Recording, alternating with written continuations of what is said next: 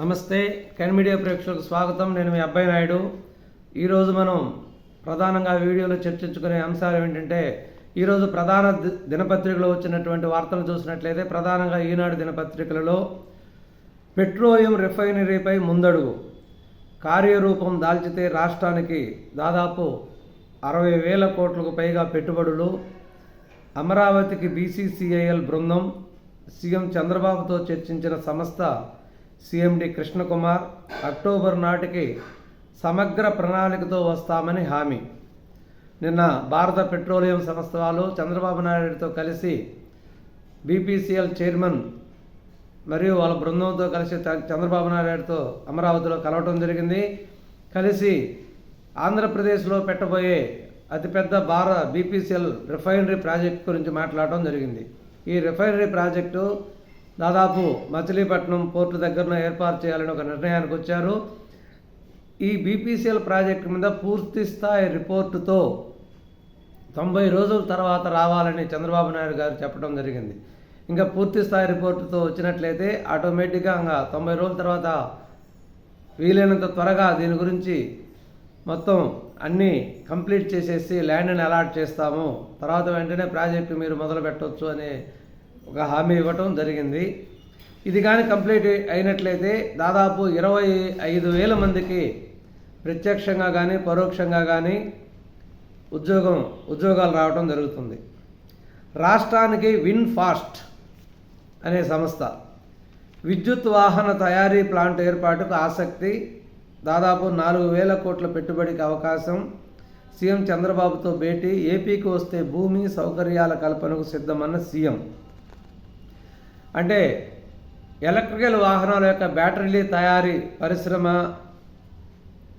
అయినటువంటి win fast కూడా ఆంధ్రప్రదేశ్కి రావాలని చూస్తూ ఉన్నది. దానికి అనుగుణంగా నిన్న ఆంధ్రప్రదేశ్ అమరావతిలోని ముఖ్యమంత్రి చంద్రబాబు నాయుడు గారిని కలవటం జరిగింది. ఈ సమావేశంలో పరిశ్రమల శాఖ మంత్రి టీజీ భరత్ కూడా పాల్గొనడం జరిగింది. మేము ఇంచుమించు 4,000 కోట్ల పెట్టుబడి పెడతాము, మాకు భూమి సౌకర్యాలన్నీ కల్పించినట్లయితే మేము ప్లాంటు ఏర్పాటు చేయడానికి సిద్ధంగా ఉన్నామని చెప్పడం జరిగింది. ఇది దాదాపు కృష్ణపట్నంలో కానీ అదేవిధంగా 1-2 దిక్కుల స్థలాలను పరిశీలిస్తున్నారు.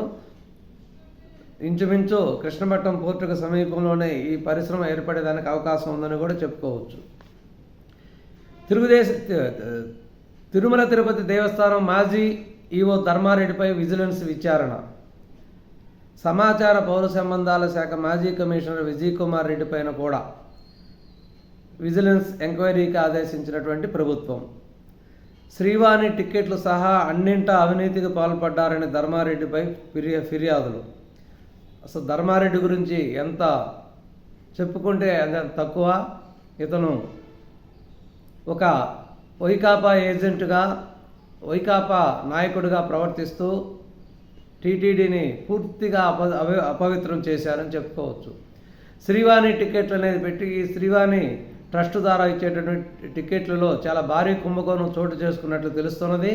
తర్వాత ఇతను టీటీడీ ఈవోగా ఉంటూ వచ్చినటువంటి పెద్దవాళ్లతో సంబంధాలు నెరవేరుస్తూ వైకాపాకి నిధుల సేకరణలో కూడా ఇతను పాల్గొన్నట్టు కూడా సమాచారం తెలుస్తున్నది.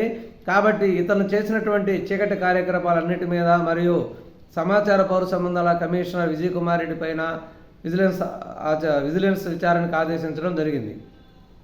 అంటే సమాచార పౌర సంబంధాల శాఖగా కమిషనర్గా ఉంటూ విజయ్ కుమార్ రెడ్డి సాక్షి పేపర్కి ఎక్కువ యాడ్లు ఇస్తూ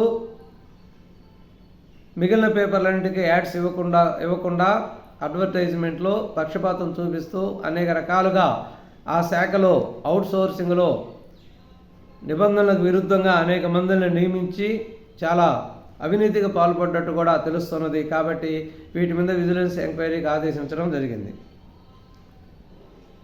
భోగాపురం విమానాశ్రయానికి కొత్త రెక్కలు, కూటమి ప్రభుత్వం రాకతో ఊపందుకున్నటువంటి నిర్మాణం.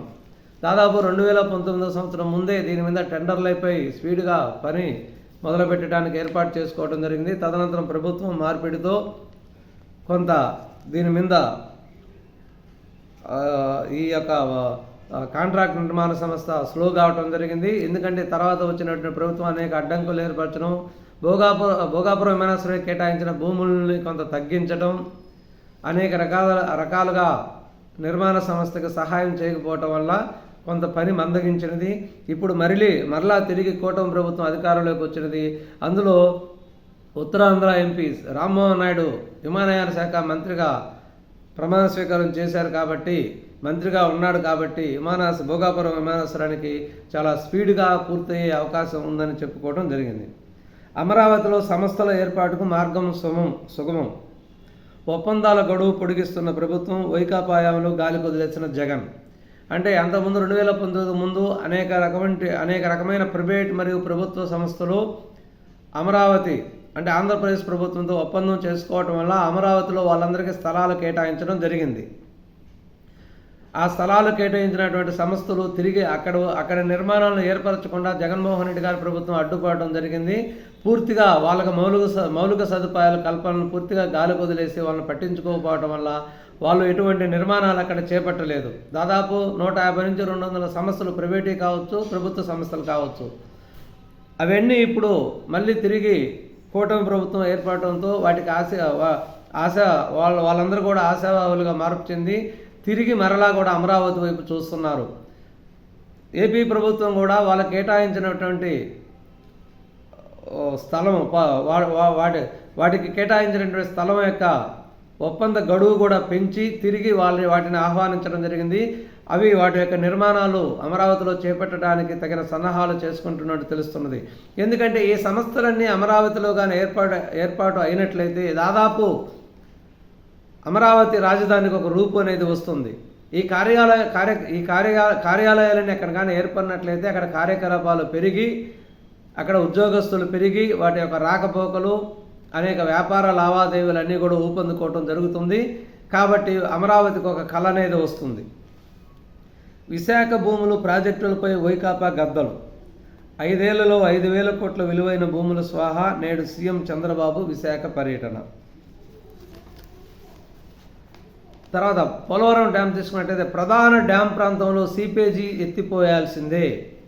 తాత్కాలికంగా పోలవరం డ్యామును గత 10 రోజుల క్రితం పోలవరం డ్యామును పరిశీలించడానికి వచ్చినటువంటి అంతర్జాతీయ నిపుణుల బృందం ఒక తాత్కాలిక మెసేజ్ ఇవ్వటం జరిగింది. అదేంటంటే ఎగువ దిగువ కాపర్ డ్యాములకు మధ్య ఉన్నటువంటి సీపేజ్ని ఖచ్చితంగా ఎత్తిపోయాల్సిందే.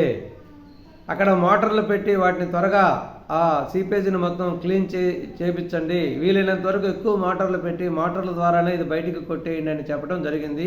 పూర్తి స్థాయిలో నివేదిక దాదాపు ఈ నెలాఖరికి రావచ్చని తెలుస్తున్నది. క్రమంగా పెరుగుతున్న వరద. పోలవరం ప్రాజెక్టు స్పిల్వే వద్ద బుధవారం సాయంత్రానికి నీటి మట్టం 26.77 మీటర్లకు పెరిగింది. 48 గేట్ల నుంచి 55,000 క్యూసెక్కులు అనేది దిగువకు వెళ్తుంది.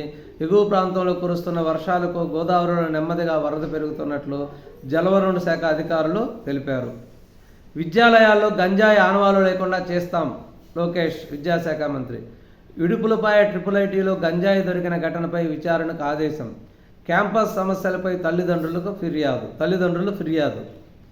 విద్యాశాఖ మంత్రిగా బాధ్యతలు స్వీకరించినటువంటి లోకేష్ బాబు గారు విద్యాలయాల్లో గంజాయి గురించి దృష్టి సారించడం జరిగింది.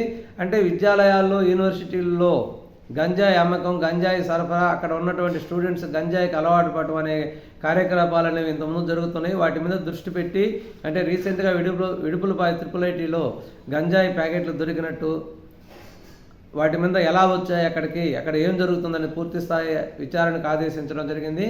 కాబట్టి ఎట్టి పరిస్థితుల్లో దీన్ని సహించేది లేదు. విద్యాలయాల్లో ఇటువంటి సంఘటనలు మరోసారి జరగకూడదని పూర్తి స్థాయి విచారణకు ఆదేశించడం జరిగింది.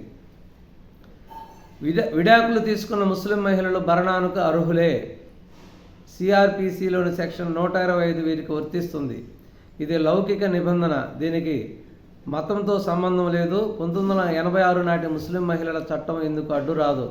భరణాన్ని దానంగా చూడకూడదు, అది స్త్రీల హక్కు. సుప్రీంకోర్టు కీలక తీర్పు. ఇది ఈరోజు ప్రధాన దినపత్రికలో వచ్చినటువంటి ప్రధాన ముఖ్యాంశాలు. మరొక ముఖ్యమైన అంశంతో మనం నెక్స్ట్ వీడియోలో కలుద్దాం. నమస్కారం.